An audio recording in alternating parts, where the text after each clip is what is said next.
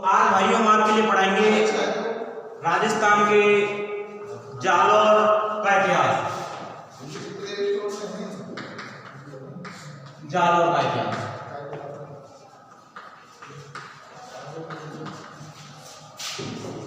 देखो तो अपने राजस्थान में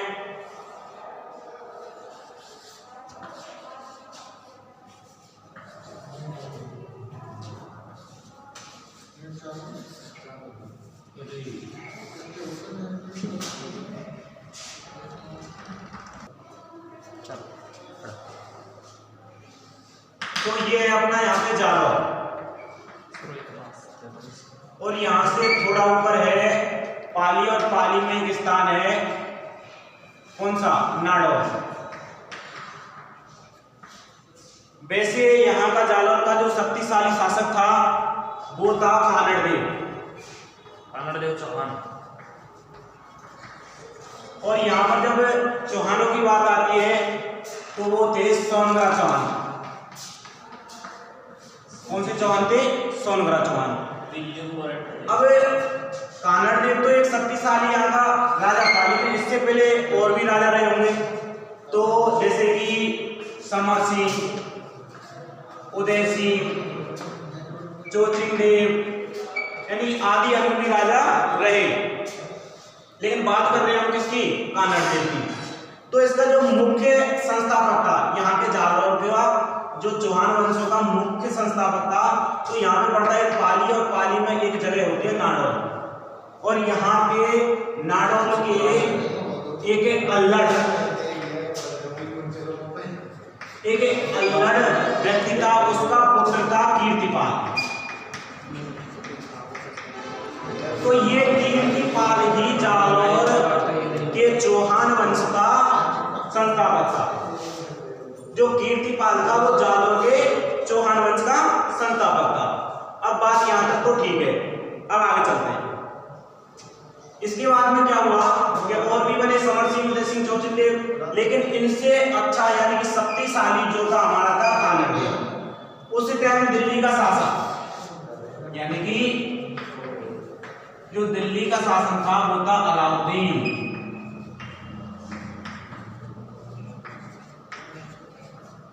खिलजी। अब बात आती है कि अलाउद्दीन खिलजी एक बार यहां से और अपने गुजरात के लिए जा रहा था। कहां जा रहा था? गुजरात के लिए जा रहा था। तो गुजरात जाने के लिए रास्ता मांगा किससे? कानड़देव से, अलाउद्दीन खिलजी ने। लेकिन कानड़देव ने उसको रास्ता देने से मना कर दिया। क्यों भाई? इसको थोड़ा बैकग्राउंड कम दो, यानी कि बैकग्राउंड अच्छा नहीं था। इससे पहले अलाउद्दीन की वजह से 1303 का और 1301 का, यानी कि रणथंभौर का और चित्तौड़गढ़ का जो दो शाखा थे वो हो चुके थे। यानी कि इसने कहा कानड़देव ने कि ये अलाउद्दीन तो स्त्रियों के पीछे पीछे घूमता है, स्त्रियों के पीछे पीछे घूमता है, मंदिरों को लूटता है, इसलिए भाई मैं तेरे लिए रास्ता जाने को नहीं दूंगा। कोई बात नहीं। अब बात आती है इन बातों का पता कैसे चलता है? इन बातों का पता कैसे चलता है? कौन कौन सी बात है जिनकी वजह से इनका पता चलता है? तो देखो भाई, एक तो अपने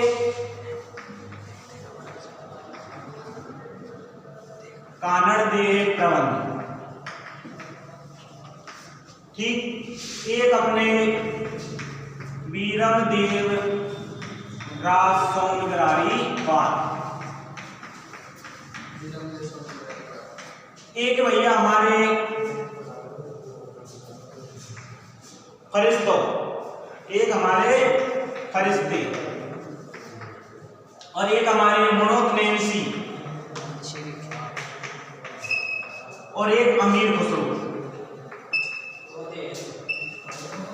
अमीर खुसरो जो कि अलाउद्दीन खिलजी का, अमीर खुसरो अलाउद्दीन खिलजी का एक कवि था, वो उससे भी कुछ इसके बात मिलती है। अब बात आती है कि फरिश्ता, ये फरिश्ता क्या बताता है? इनमें जो युद्ध की प्रक्रिया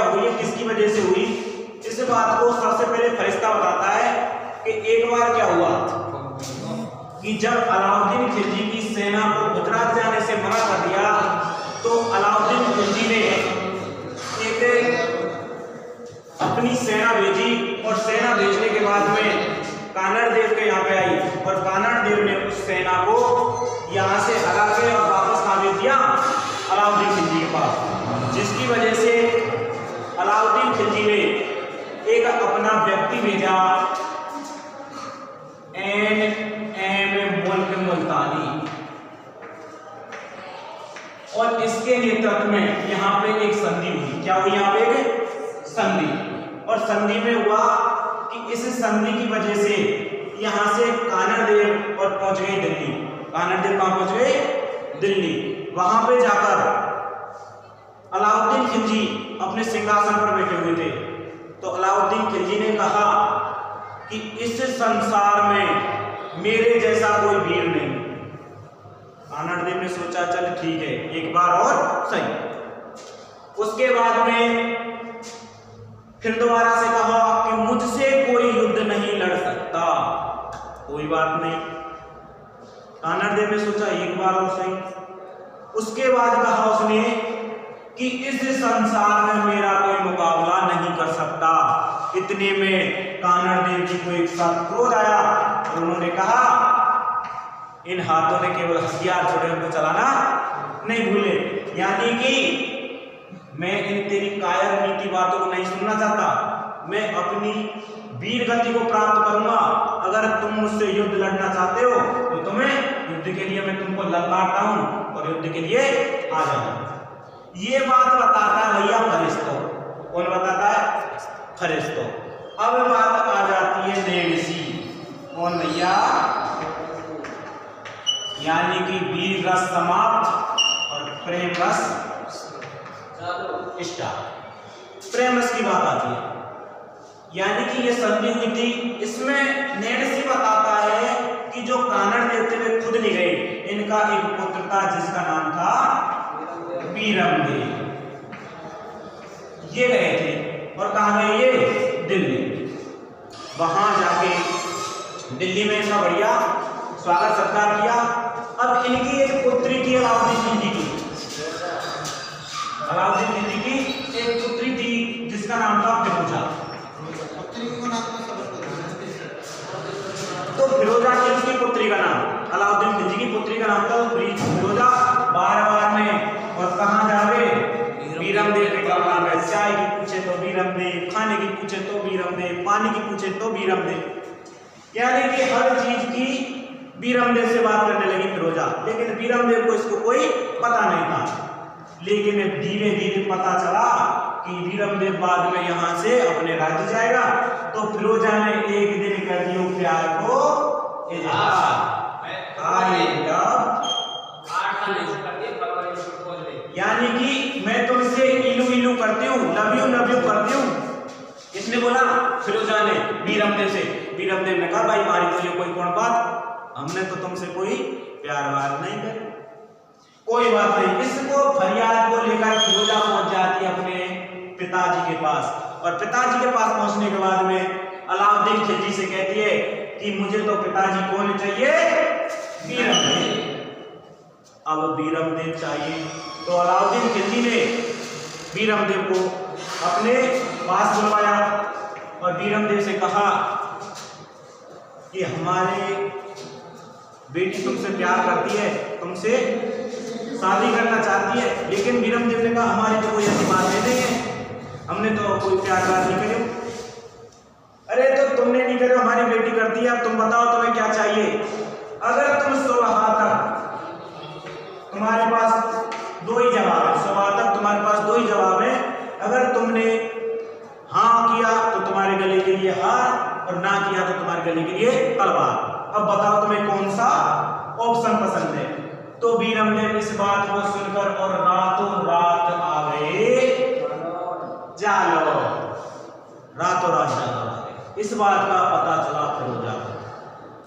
फिरोजा कह रही हमने तो तुम्हारी बहुत निगरानी की, फिर भी तुम बचकर जा निकले। हमने तो तुम्हारी बहुत निगरानी की, तुम तो फिर भी बचकर जा निकले। अरे हमने तो तुमसे प्यार किया, तुम तो बेवफा निकले। कोई बात नहीं। फिरोजा भी पीछे पीछे पहुंच गई, सात समुद्र पार में तेरे पीछे पीछे। भाई हंसने की कोई बात नहीं, केवल याद करने के लिए आपसे कहा जाता। उस टाइम ऐसे कोई कहता नहीं था, लेकिन बता रहे बस कि सात समुद्र पार में तेरे पीछे पीछे फिरोजा भी आ जाती है। नैणसी बताते हैं कि फिरोजा भी कहाँ जाती है, जालोर। और जालोर आने के बाद में कानड़ देव से कहती है कि मैं तुम्हारे पुत्र से प्रेम करती हूँ, मैं इससे शादी करना चाहती हूँ। लेकिन वीरमदेव इससे मना कर देते हैं कि पिताजी मैं तो कौन प्यार करूँ, मैं तो कोई प्यार वार करूँगा। कानड़ देव ने कही भाई देख हम तो हमारे गेट रख नहीं सके, मतलब हमारे पास है रख नहीं सके। वीरमदेव ने मना कर दी तो चलो कोई बात नहीं। इस बात को जब मना करने के बाद में दोबारा से फिरोजा कहाँ पहुंच गई थी, दिल्ली। और दिल्ली पहुंचने के बाद में अलाउद्दीन खिलजी ने इसके लिए युद्ध के लिए ललकार दिया। एक बात तो ये बतावे नैणसी बतावे प्रेम वाली बात, और अपन फरिश्तों बतावे वीर रस वाली बात, ये बात होती। लेकिन इसके बाद में जब अलाउद्दीन खिलजी की ये बात हुई तो अलाउद्दीन खिलजी को बैकग्राउंड थोड़ा गलत हो तो कानड़ देव ने मना कर दियो। अब कानड़ देव और इन दोनों में आक्रमण की बारी आ गई। चलो कोई बात नहीं। अलाउद्दीन खिलजी ने सोची कि युद्ध की करो क्या तैयारी, और युद्ध की तैयारी करने के लिए एक बढ़िया सो आदमी ढूंढो, और आदमी ढूंढ लियो भैया कमालुद्दीन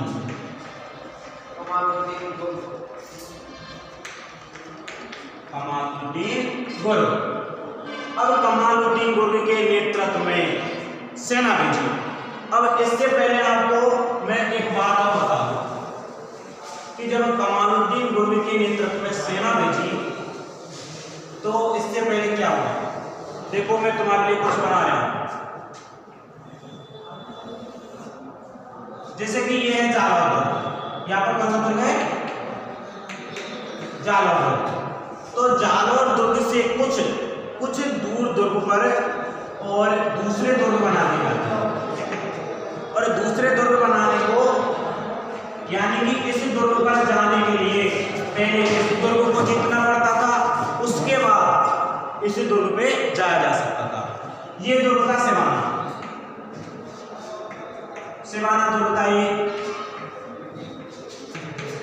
यानी कि जो कुंजी होती है, कुंजी जिसको चाबी बोलते हैं, राजस्थान में केवल दो ही दुर्गों की कुंजी थी, एक तो जालोर दुर्ग की सिवाना और रणथंभौर की जयंत। ठीक है भाई। अब बात आती है सिवाना पर। अब सिवाना दुर्ग पर उस टाइम शीतल देव उस समय शीतल देव थे सिवाना दुर्ग के राजा। जब कमालुद्दीन दुर्ग की सेना का नेतृत्व में जब यहाँ पे आ जाती है, इसके लिए और कोई रास्ता नहीं था। पहले सिवाना दुर्ग को जीतना पड़ता था, केवल इसका एक ही दरवाजा था, और उसके बाद में जालोर दुर्ग को जीता जा सकता था। तो सबसे पहले सेना कहाँ पे आके पहुंच जाती है, सिवाना दुर्ग पर आ जाती है। लेकिन कुछ दिनों के बाद बताते हैं कि अलाउद्दीन खिलजी कहाँ पर आ गए थे, यहीं पे आ गए सिवाना दुर्ग। बाद में क्या हुआ कि यहाँ का एक शीतल देव के राजा थे, उनका एक सेनापति था। कौन था ये सेनापति? और उसने उनके साथ में क्या किया, धोखा। उसने उनके साथ में क्या किया भैया, धोखा किया। और उसका नाम था भागले। क्या नाम था उसका? भागले। इसको शासक बनाने के बाद में इसको एक नीति अपनाई कि अगर तुम हमको शीतल देव को यहाँ से हटा देंगे, हम तुमको, भावले को बोला था कि हम तुमको राजा बना देंगे, और इसकी वजह से ये रणनीति अपनाई और इन्होंने सिवाना दुर्ग पर अधिकार कर दिया। चलो कोई बात नहीं, पत्नी से जाकर आगे। अब ये बात इधर है, इधर जाओ। तो इधर क्या है कि भावले को यहाँ पर अपना सेनापति बना दिया और इस दुर्ग को जीत लिया गया। कब जीता था? 1308 में विजय हो गई। ठीक है भाई, पहुंच गए जालोर दुर्ग। लेकिन जालोर दुर्ग का केवल एक ही रास्ता था, और इस रास्ते पर से हटने, इस रास्ते पे जाने के लिए केवल एक ही दरवाजा था, इसलिए इसे दुर्ग में प्रवेश नहीं किया जा सकता था। और प्रवेश नहीं किया जा सकता, इसके बारे में कौन बताते हैं? इस बारे में बताया हस्न निजामी। हस्न निजामी ये बताते हैं कि इस दुर्ग में केवल एक ही दरवाजा था, इसमें और कोई जगह से प्रवेश नहीं किया जा सकता था। लेकिन इसकी गुफा थी जो कि जमीन के नीचे हुआ करती थी। तो इन्होंने सोचा ये सुरंग कहाँ होगी। इस सुरंग को ढूंढने के लिए जो तुमने बात सुनी है ना, राई वो भाग तो रात आई गए, यो बात इसी दुर्ग पे लगती है, जालोर दुर्ग पे।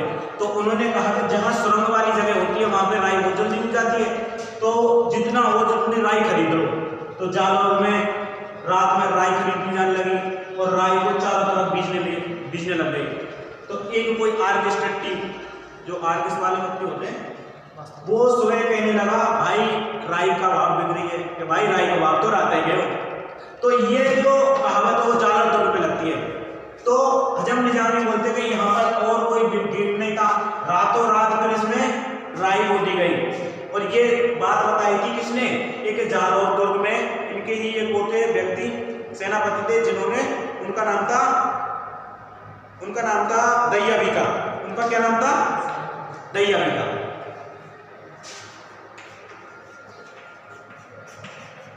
जब ये दैयाबिका ये बात बताकर अपनी पत्नी के पास गया तो पत्नी ने कहा ये आपने क्या किया। तो पत्नी जैसे इसकी बीवी यहां से भगी, जालोर दुर्ग में जा रही थी। कहां जा रही थी?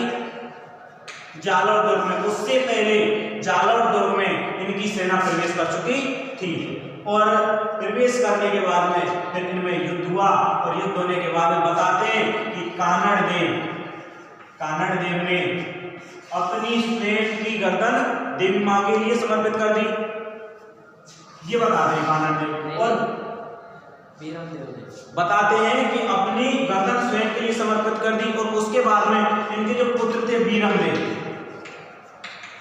उनके लिए भी बताते हैं कि उन्होंने भी ऐसे ही अपनी गर्दन समर्पित कर दी। लेकिन बहुत सी किताब बताते हैं अलाउद्दीन खिलजी के जो सेनापति थे वो बीरम देव की गर्दन को काटकर यहाँ से ले गए। अब इस गर्दन को लेके, बीरम देव की गर्दन को लेके अलाउद्दीन खिलजी दोबारा से कहाँ पहुंच गए?